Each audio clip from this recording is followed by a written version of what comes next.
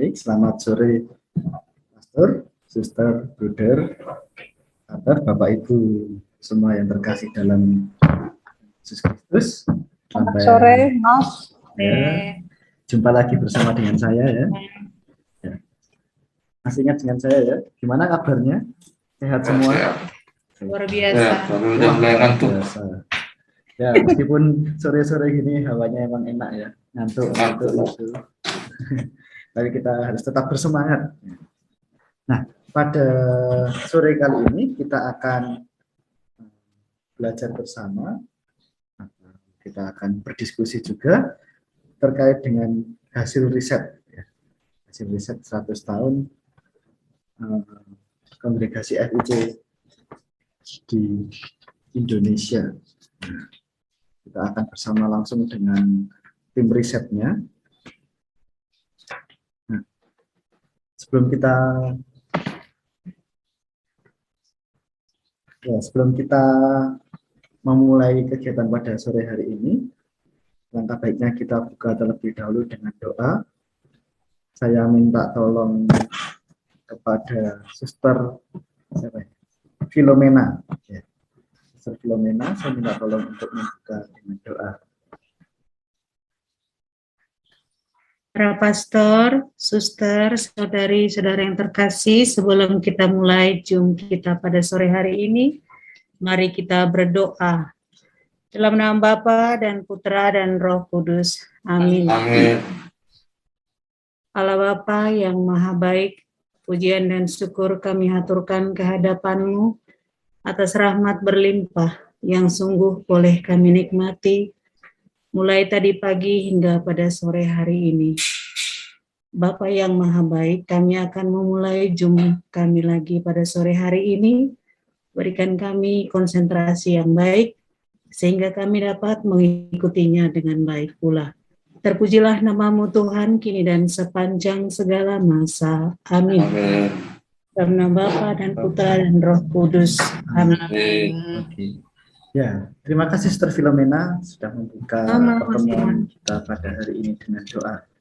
Nah, kita sudah disegarkan oleh doa. Ya, sekarang kita akan lanjut ke inti acara kita pada sore hari ini. Ya. Jadi di tim riset ini ada tiga orang. Yang pertama itu ada Pak Adi ya, sudah akrab ya dengan nama Pak Adi. Kemudian nanti juga ada Pak Heri dan juga ada Pak Hendi. Lebih jelasnya siapa mereka, langsung saja waktu kami berikan kepada tim.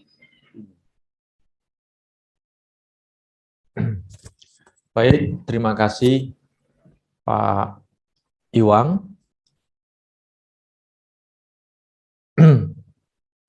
Apakah suara saya terdengar? Baik. Jelas, Mas Adi. Selamat sore, Pastor, Frater, Bruder, Suster, Ibu, Bapak semua. Perkenankan saya memperkenalkan diri dan dua teman saya di tim riset, tetapi nanti beliau juga biarkan memperkenalkan secara pribadi, tapi sebelumnya saya di bagian ini adalah memperkenalkan diri sebagai tim riset 100 tahun FIC berkarya di Indonesia 1920 sampai 2020. Saya Adi, bekerja di Yayasan Pangudi Luhur. Kebetulan saya bagian dari Pangudi Luhur, tetapi dua teman saya di luar Pangudi Luhur. Saya sekaligus menjadi guru di salah satu sekolah di Yayasan Pangudi Luhur. Bekal saya hanya belajar filsafat dan teologi di Fakultas Teologi Weda Bakti Kendungan Yogyakarta. Selebihnya saya tidak punya apa-apa.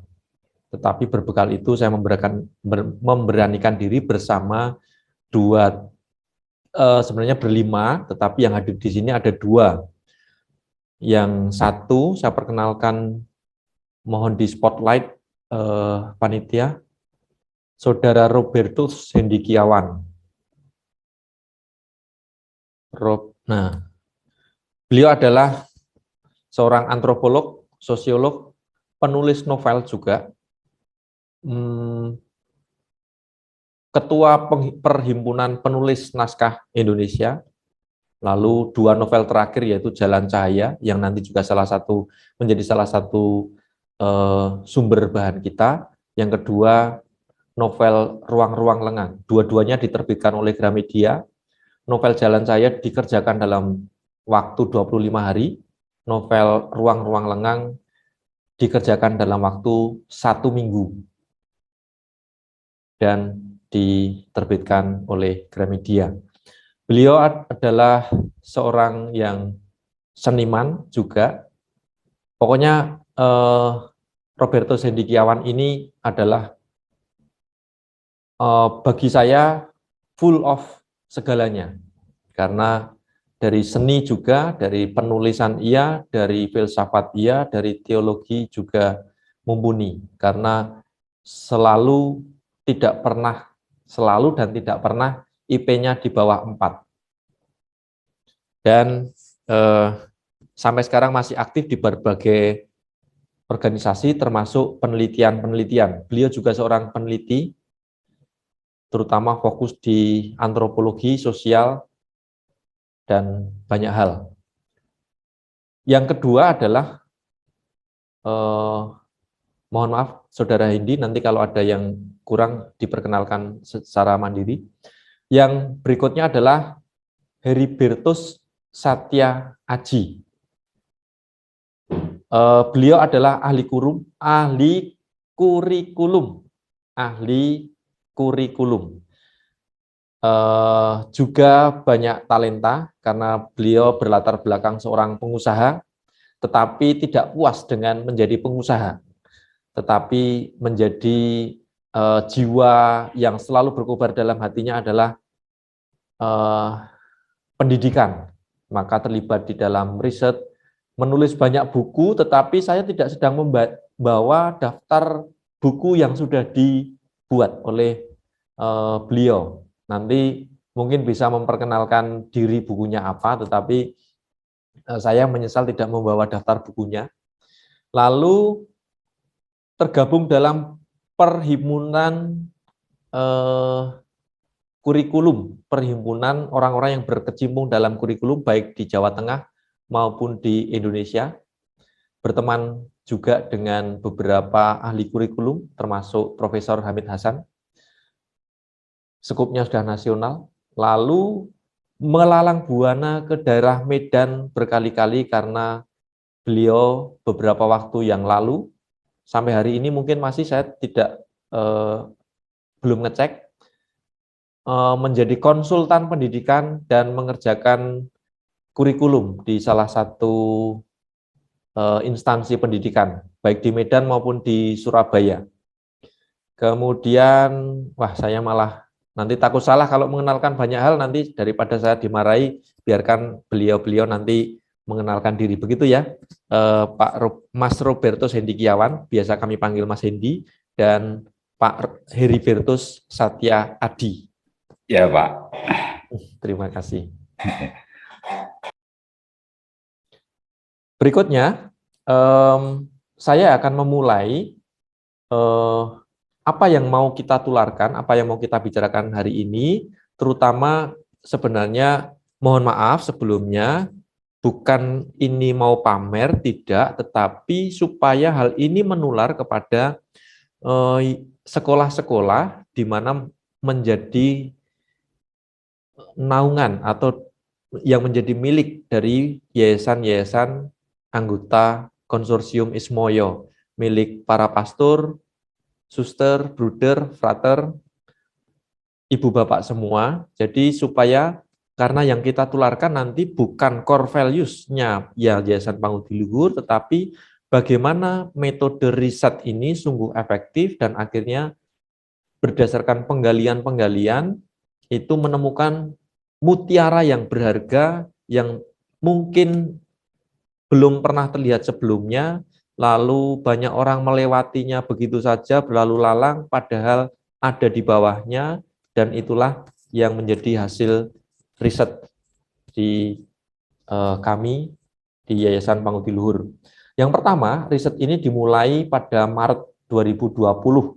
Sebelum pandemi mencuat, kita sudah merencanakan banyak hal, berawal dari rencana perayaan besar 100 tahun FIC berkarya di Indonesia. Lalu kita sudah menyiapkan segala macam hal, tetapi ternyata setelah itu ada berita pandemi yang sungguh membuat kami semua terhenyak, kemudian harus mengubah haluan.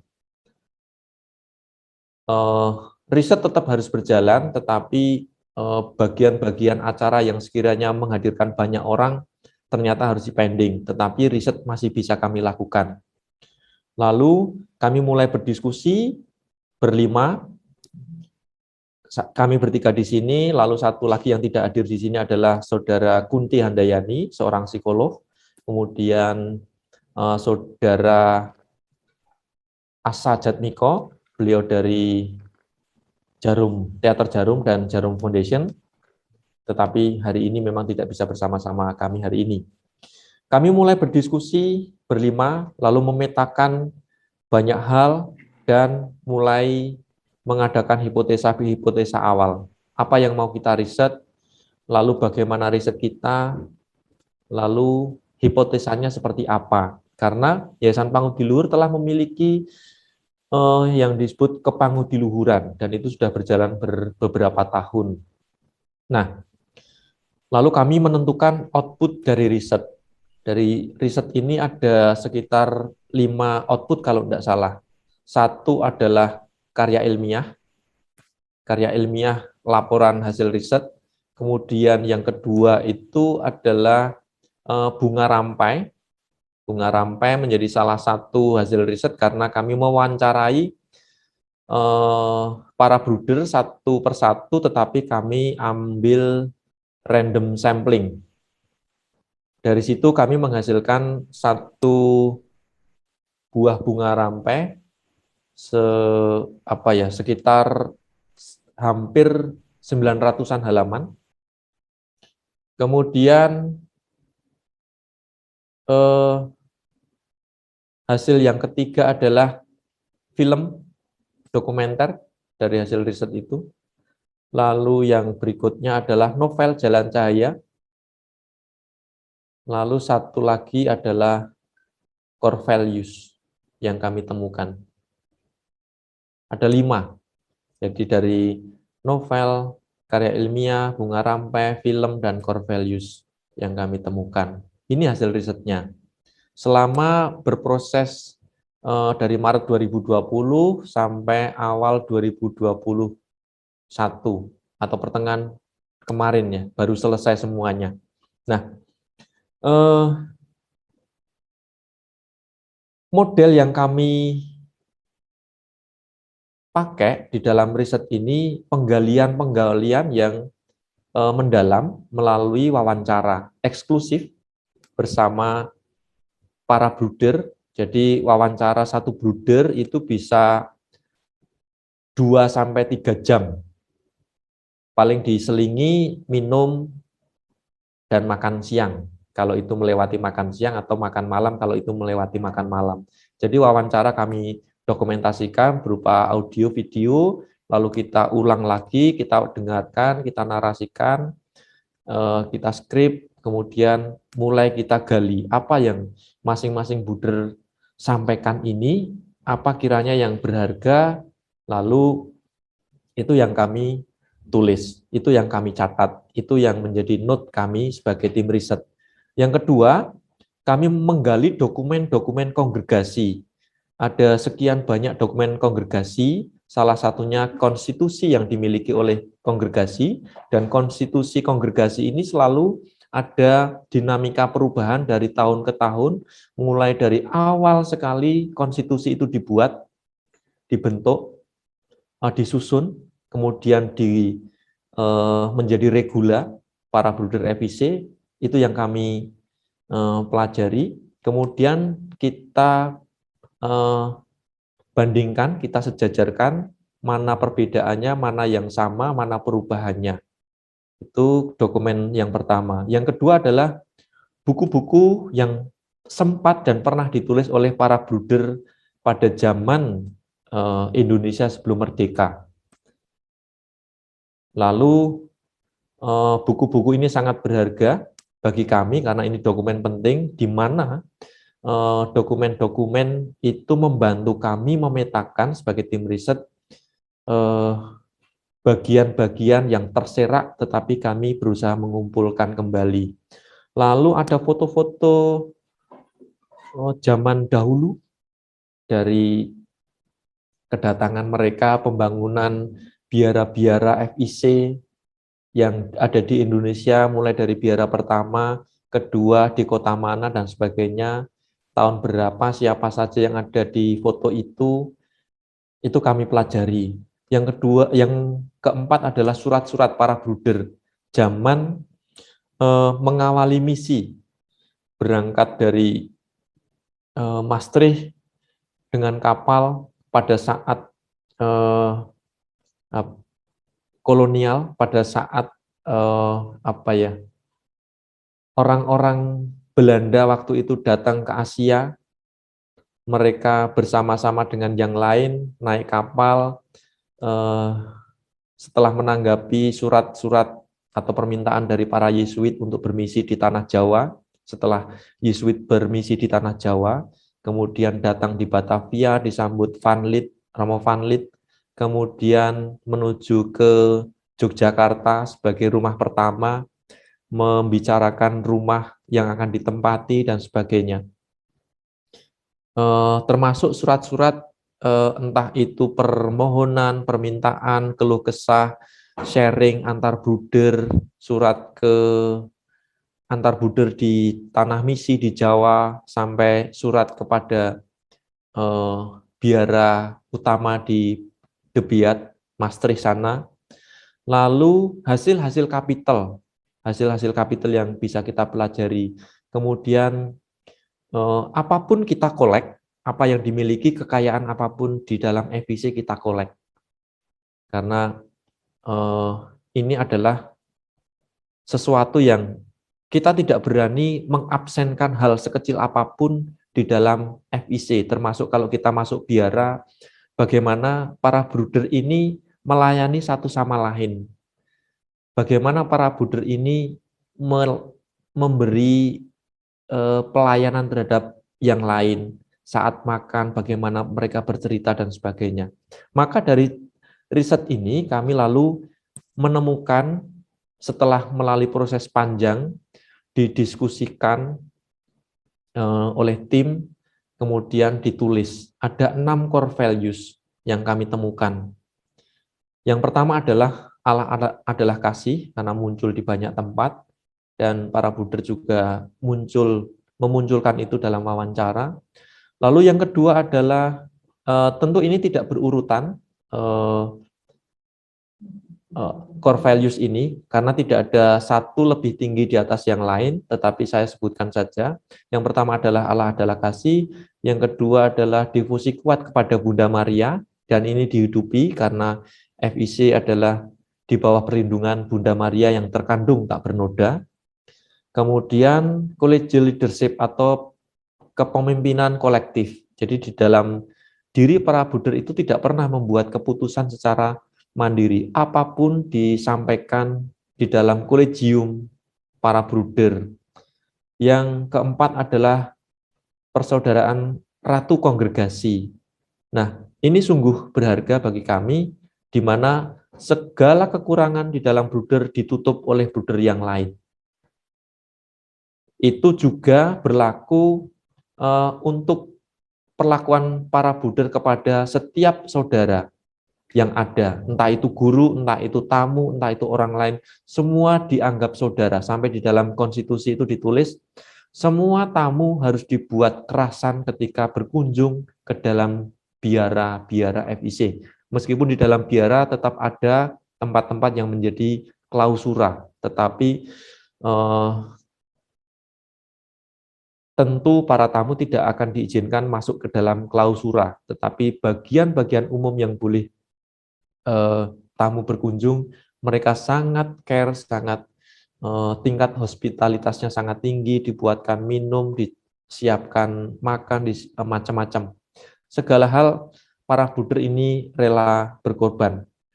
Ada sudah 4 yang saya sebutkan, yang berikutnya adalah yang miskin bersaudara atau memperhatikan mereka yang miskin atau bersaudara dengan yang miskin. Jangan melupakan orang miskin. Jangan melupakan orang miskin. Ini yang menjadi penting karena karya kerasulan FIC, kongregasi FIC adalah salah satunya adalah dunia pendidikan, yaitu sekolah-sekolah pangudi-luhur. Sekolah-sekolah pangudi-luhur itu orang kaya, orang miskin ada di sana. Artinya yang tidak bisa membayar sepeser pun tetap boleh sekolah di yayasan pangudi-luhur. Bagaimana caranya? Para bruder percaya Roh Kudus membantu, Tuhan akan menyertai, dan faktanya ini dialami oleh para bruder, di mana sekolah yang tidak menghasilkan apa-apapun masih bisa berjalan hingga sekarang karena penyertaan Allah dan kepercayaan, keyakinan Allah adalah kasih. Maka ini juga menjadi sesanti para bruder, Allah adalah kasih, marilah kita mewartakan kasih Allah. Nah, yang kelima, 1, 2, 3, 4, 5. Yang keenam, apa ya Pak Eri? Saya kok lupa. Profesionalitas karya. Bahwa para bruder FIC itu adalah para bruder menghayati sebagai para bruder pekerja. Siang, malam, pagi, sore tidak pernah lelah bekerja. Melayani demi sesama sampai melupakan dirinya sendiri. Kalau Pak Mas Hendy itu membahasakan ordinary people for extraordinary impact. Jadi saking begitu luar biasanya para bruder. Nah, kiranya pastor, suster, ibu, bapak, bruder, frater, ini hanya mengantar. Selanjutnya biarlah para pakar teman saya yang menyampaikan, dan supaya saya tidak terlalu banyak berbicara di sini. Saya persilakan kepada yang pertama, mungkin yang kedua mungkin Pak Hendikiawan, Robertus Hendikiawan. Sambil nanti memperkenalkan diri yang tadi belum saya kenalkan. Terima kasih. Ya, terima kasih. Cukup. Pak Adi tadi perkenalannya sudah cukup. Terima kasih sudah menghibur, membuat saya terharu. Sebenarnya tidak wah itu, saya juga merasa orang yang biasa itu. Suster, Bapak, Ibu, bruder, para romo, selamat sore, salam sejahtera untuk kita semua. Saya izinkan saya untuk share screen di bagian ini. Udah ya, gambarnya terlihat gitu ya? Terlihat. Oh iya. Terlihat, Pak. Terima kasih, Suster, Bapak, Ibu. Tadi Pak Adi sudah menjelaskan gimana tim riset itu terbentuk, lalu apa kerjanya, apa yang dihasilkan. Kami mencoba mensistematisasi, mengilmiahkan itu agar bisa diimbaskan di sekolah-sekolah kita masing-masing. Ya, bukan nilai-nilainya, bukan nilai-nilai inti bruder gurunya, tetapi bagaimana kita mencari nilai-nilai inti di masing-masing unit sekolah, lalu mencari nilai-nilai di budaya setempat, lalu bagaimana itu dituangkan dalam kurikulum pembelajaran dan evaluasi. Jadi mungkin kiranya ini sedikit konvensional, tetapi yang dibutuhkan oleh gereja saat ini menurut Instrumentum Laboris adalah soal identitas. Jadi dimensi 4.0, revolusi industri 4.0 itu dan masyarakat 5.0 dipetakan oleh gereja kita, itu sebenarnya krisis identitas di mana pewarisan nilai-nilai itu tidak kurang berjalan dengan smooth, halus. Itu yang menjadi tawaran. Best practice ini kiranya suster, buder, bapak, ibu, para pastor di sekolah masing-masing itu pasti punya praktek-praktek baik. Semuanya akan punya praktek-praktek baik. Saat inilah marilah kita memunculkan praktek-praktek baik itu. Bagaimana nanti akan kita perdalam. Masing-masing sekolah, masing-masing yayasan punya keunggulan. Dan ini yang kita tawarkan sebagai sekolah swasta Katolik. Ini saya maknai sebagai perjumpaan yang saling meneguhkan kerasulan pendidikan. Perjumpaan yang saling meneguhkan itu seperti kita tukar-menukar wajah, perjumpaan yang saling tukar-menukar hadiah.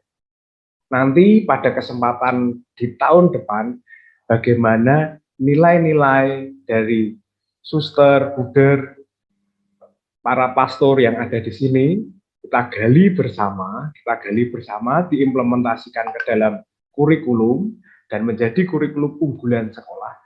Dokumen-dokumen itu akan kami bukukan.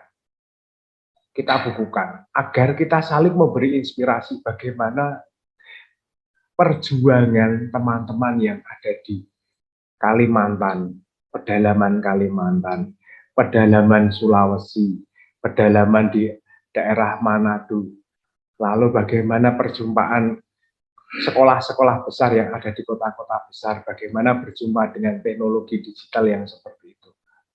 Kita saling tukar-menukar hadiah ya, dalam buku yang akan kita terbitkan kemungkinan tahun depan.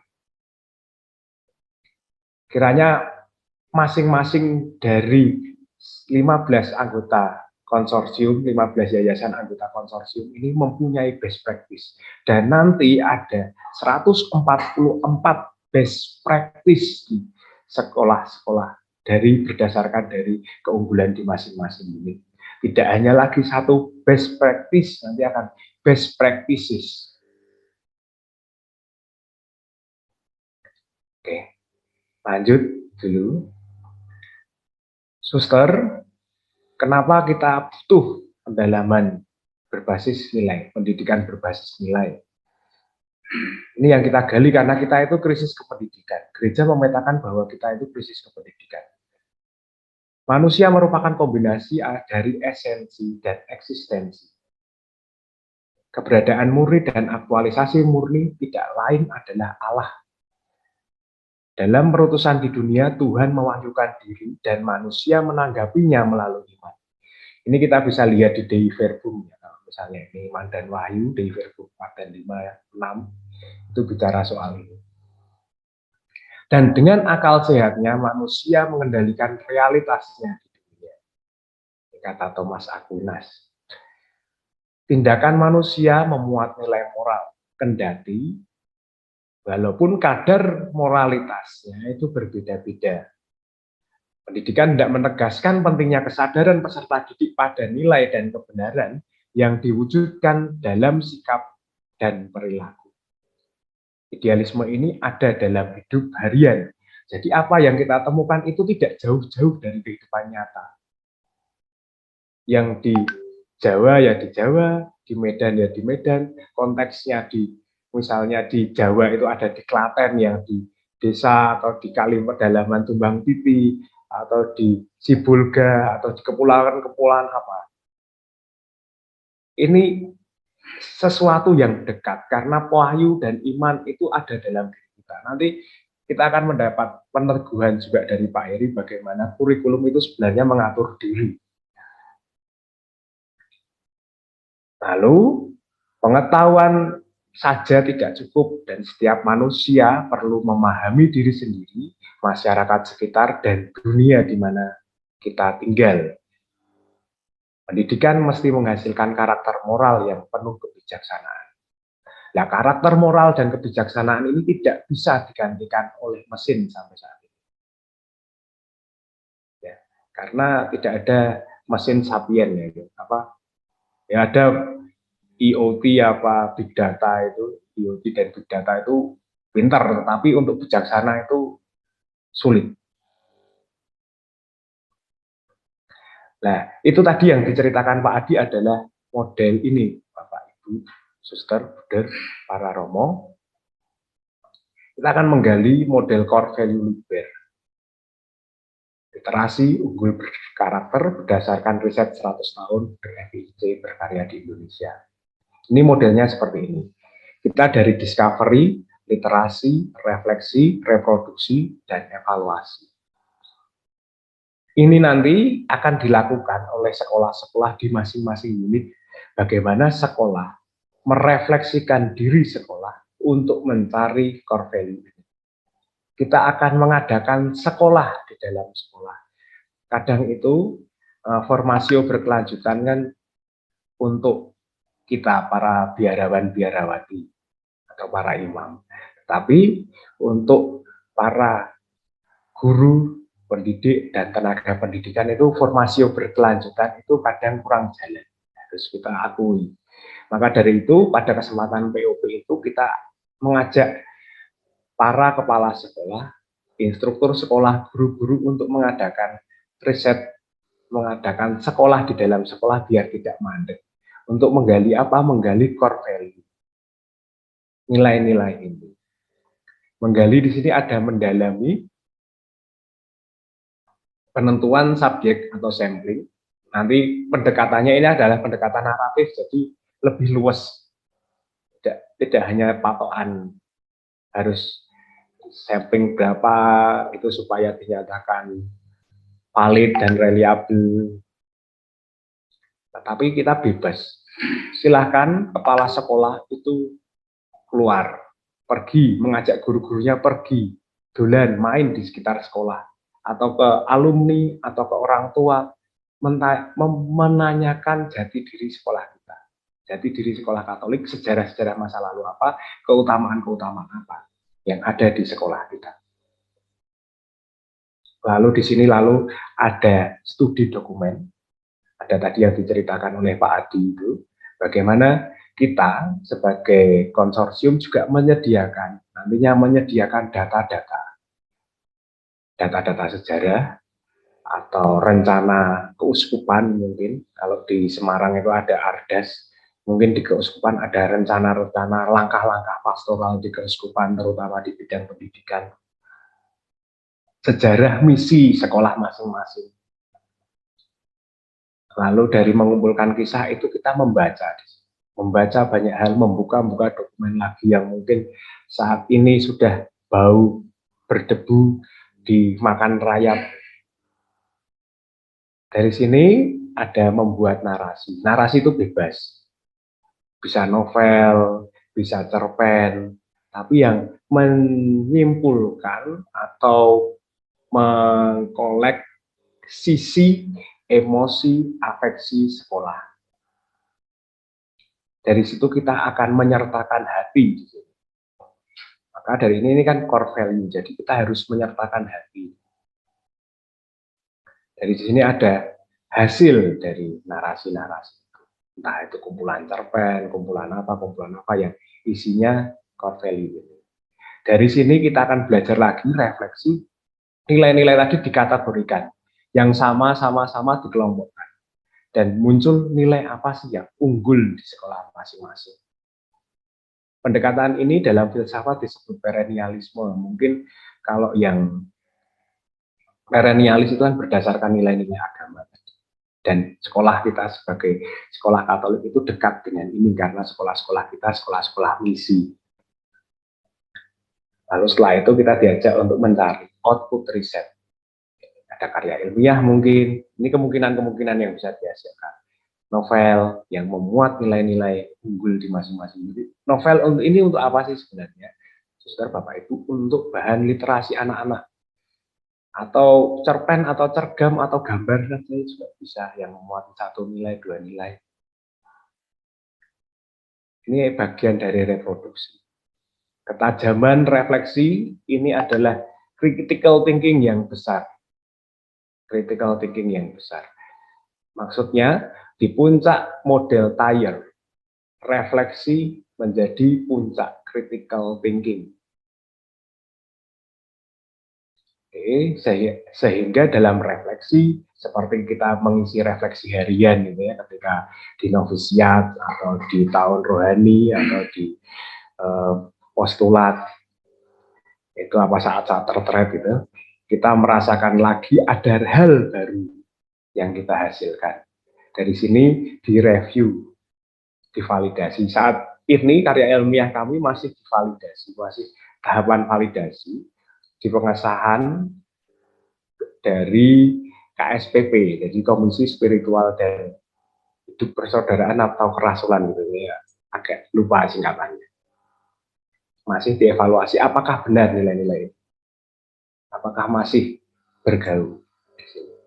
Lalu ada suster, buder, bapak, ibu, para pastor, ada kemungkinan nilai yang saat ini kita pegang teguh, kemungkinan besar 25 tahun, 30 tahun, nilai itu masih membumi atau tidak, maka perlu dievaluasi.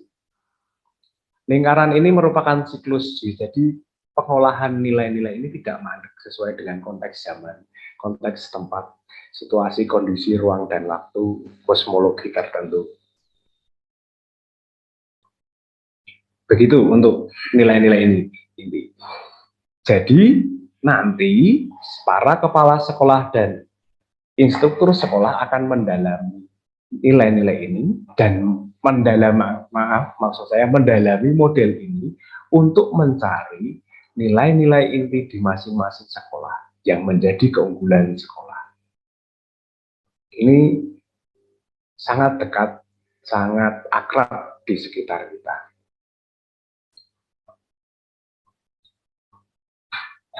Ini adalah hasil riset kami, Bunga Rampai Keabadian, novel Jalan Cahaya berisi kehidupan para budak. Dari sini disarikan menjadi novel dan film, lalu ada karya ilmiah juga.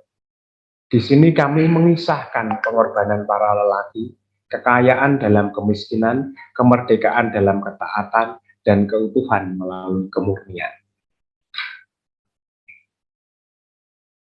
Lalu kembali ke tanah.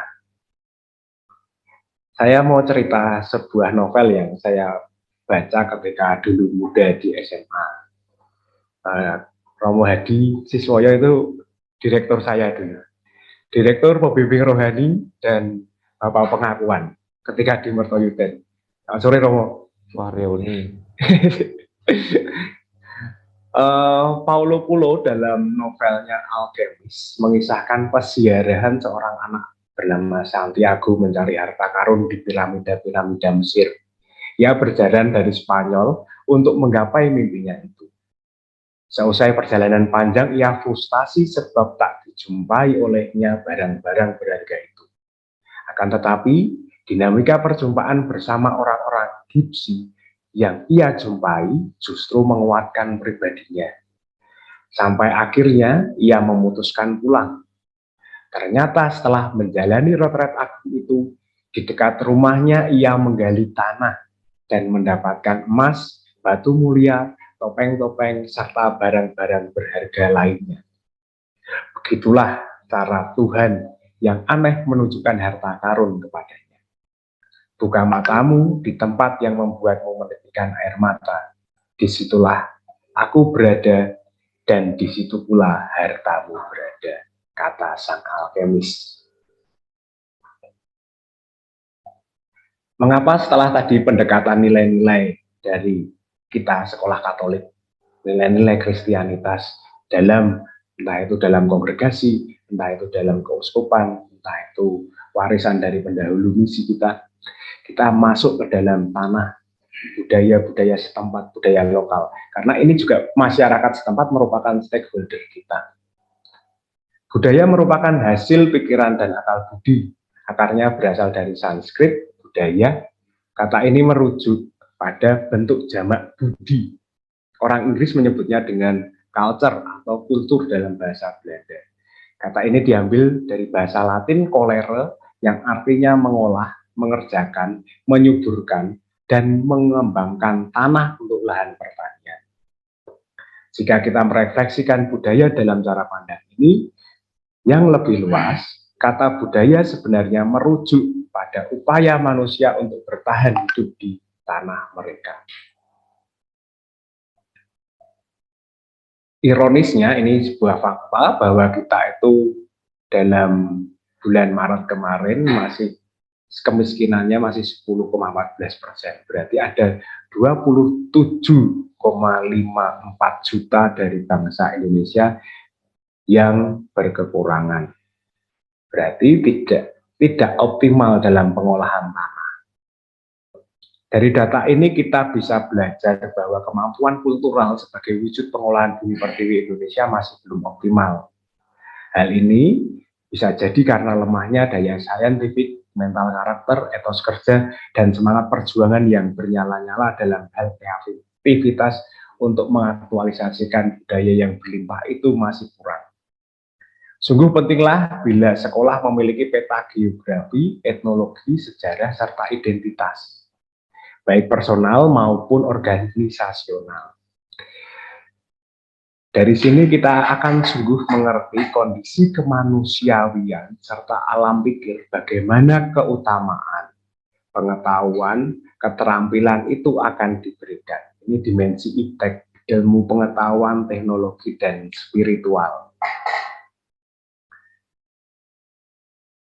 Nah, membaca tanda-tanda zaman. Saat ini kita ada di revolusi industri 4.0 ini, yang terjadi integrasi antara teknologi, ruang virtual, dan manusia. Teknologi dikerucutkan lagi menjadi teknologi digital. Sebenarnya teknologi ini sebenarnya dalam rangka yang lebih luas dari bahasanya Yunani tekne itu adalah sistematisasi untuk membuat bentuk. Jadi sistematisasi untuk membuat form. Tapi kita dikerucutkan dalam teknologi digital karena revolusi industri 4.0. Perpaduan antara dunia maya dan dunia nyata menghasilkan robot-robot cerdas. Sekali lagi robot-robot cerdas. Untuk menciptakan mesin yang bijaksana itu tidak bisa atau sulit. Simulasi otomatis, Internet of Things atau IoT, Big Data Analytics, serta penambahan manufaktur. Revolusi industri ini pun melahirkan konsep gerakan masyarakat 5.0 menurut Shinzo Abe, orang Jepang, yang menginisiasi ini. Keberadaan revolusi industri 4.0 mestinya lebih manusiawi dengan fokus teknologi justru untuk kesejahteraan dan kemaslahatan manusiawi. Bukan untuk memaksa kita melakukan atau menginternalisasikan teknologi itu, dan khususnya teknologi digital, untuk kehidupan kita yang sebenarnya kita tidak butuh atau belum butuh. Karenanya pemanfaatan teknologi dan hasil industri 4.0 mesti meningkatkan kualitas hidup, tanggung jawab sosial, dan berkelanjutan. Acap kali kita cenderung latah dalam menyikapi perkembangan zaman ini. Tak ayal terjadi miskonsepsi antara industri, teknologi, dan pengembangan SDM, sumber daya manusia. Kita mesti jeli dan bijaksana dalam bertindak, jangan sampai terburu nafsu, berubah, tapi tidak dibarengi struktur, infrastruktur, dan konsep pengelolaan sumber daya manusia yang memadai. Oke, kita punya, misalnya kita punya uang, kita punya sesuatu untuk struktur, membeli struktur dan infrastruktur, tapi tidak menyiapkan sumber daya manusia, atau di sana, di tempat kita sumber daya manusianya belum sampai ke situ, atau struktur infrastrukturnya belum ada di sana, itu kan tidak bisa melakukan ini semua, atau belum sampai. Ya bisa, tapi belum sampai. Ya, saya akan membacakan potret nyata kerasulan pendidikan kita ini, studi kasusnya di 2 sekolah Paku di Luhur ya. Mungkin juga terjadi di sekolah-sekolah suster, romo, bapak, ibu sekalian. Betul. Potret nyata kehidupan kerasulan. Di SD PL Timotius Surakarta, secara teknologi pembelajaran digital bisa dikatakan maju. Tingkat kepuasan orang tua saat PJJ hingga 93%. Ini bulan Juli 2021. Di Hari Anak Nasional, sekolah-sekolah Sekolah tersebut, sekolah SD Timotius itu membuat film pendek berdurasi kurang lebih 12 menit. Menggambarkan nilai gotong royong untuk memberantas virus corona yang dihadirkan melalui tokoh-tokoh anime dan pewayangan yang diwakili oleh Gatot Kaca. Pembelajaran masuk dalam dimensi antropologi kontekstual dan kekinian para peserta didik. Melihat media pembelajaran demikian, para siswa akan senang. Terlebih dahulu sebab tersentuh dimensi afeksi mereka. Lalu lain halnya di SMP PL Tanjung. Pedalaman ini, SMP PL Tanjung sekolah membuka posko layanan konsultasi pembelajaran di setiap dusun. Guru-guru mesti turne berjalan puluhan kilometer untuk menjumpai para siswa, sebab di sana tidak ada sinyal internet. Ada 13 stasi atau posko yang mesti dilawati para guru seminggu sekali dengan metode belajar kelompok. Ketika Kecamatan Jelai Hulu terterjang banjir, guru-guru rela berenang bersama bahan ajarnya yang coba mereka selamatkan dengan plastik kresek. Sudah dalam perjuangan titik nadi demikian. Sampai di tempat anak-anak mereka hilang, lantaran bekerja di ladang bersama orang tua. Para guru pun harus mencari dan menyelamatkan pendidikan mereka. Ini Romo, Buder, Suster, Bapak, Ibu, Saudara-saudari, ini potret nyata kehidupan kita.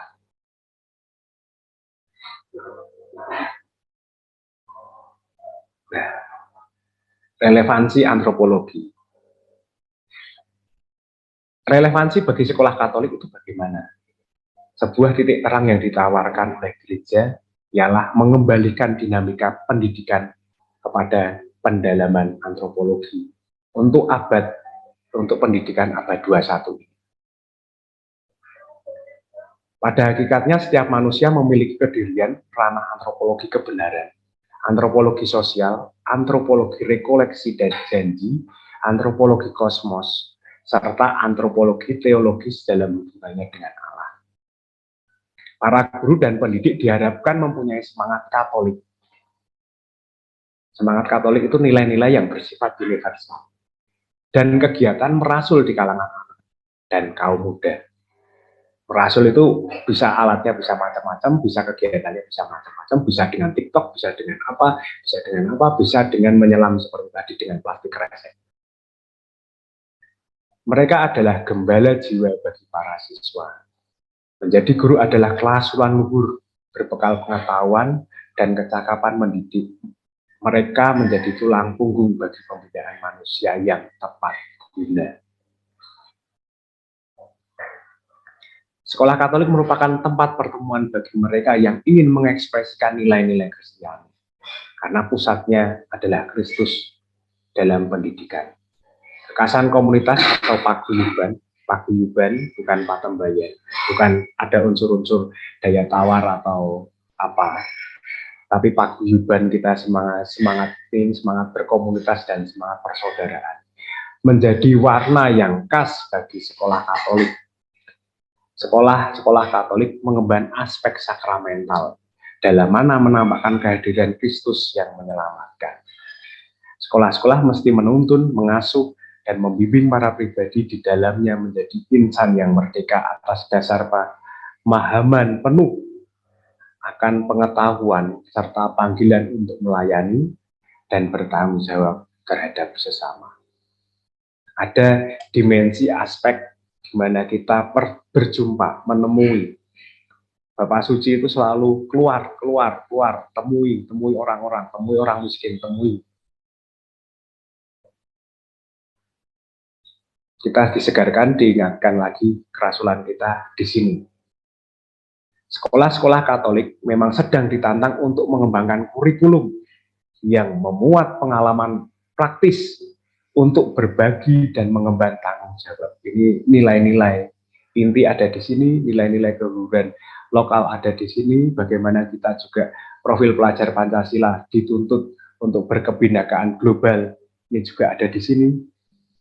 Pelajaran yang disampaikan perlu mendengarkan pengalaman hidup sehingga pengetahuan pun menjadi bagian dari pengalaman konkret. Maka dari itu di awal tadi saya berkata bahwa pendidikan atau perjumpaan kita saling tukar-menukar hadiah. Pelajaran bertujuan untuk membantu para siswa memahami kenyataan di mana mereka tinggal dan wajib mengembangkan dialog, pertukaran budaya, dan spiritual. Oleh karena itu, nanti ketika kita belajar tentang modul budaya, pendidikan budaya, kita akan menggali keunggulan-keunggulan lokal.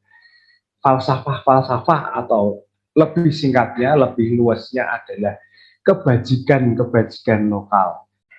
Apa yang bisa menjadi dasar pendidikan? Jadi temuan ini ya bukan temuan yang maha dahsyat ya, yang bisa mengguncangkan dunia. Akan tetapi ini adalah sesuatu yang sangat dekat dengan kita, sangat dekat, sangat akrab di mana sekolah kita berada. Ini justru yang diminta oleh para para uskup yang ada, mungkin kardinal juga yang ada di kongregasi untuk pendidikan Katolik, untuk ngomong soal mendidik untuk dialog antar budaya dan di sekolah-sekolah Katolik. Lalu pelajaran bertujuan untuk membantu para siswa memahami kenyataan di mana mereka tinggal. Sekali lagi, di mana mereka tinggal. Jadi tinggal itu jadi berada di tanah. Mungkin kita sekarang mulai sadar, kita tinggal di cloud, di awan-awan. Tetapi pada saatnya kita harus tahu di mana bumi kita dipijak, di situ langit dijunjung, bagaimana lain ladang, lain benalang, lain ikannya, itu masing-masing dari sekolah kita mempunyai keutamaan dan mempunyai karakteristik yang sendiri. Maka dari itu kita wajib mengembangkan dialog, pertukaran budaya, dan spiritual. Begitu suster, buder, bapak, ibu, para romo, itu menjadi jembatan untuk masuk ke dalam kurikulum bagaimana nilai-nilai kehidupan yang sangat akrab, sangat dekat dengan kita, entah itu dimanapun bisa diimplementasikan, kita mau masuk dalam dimensi kurikulum pembelajaran di sekolah. Terima kasih Pak Adi, waktu dan tempat kami kembalikan.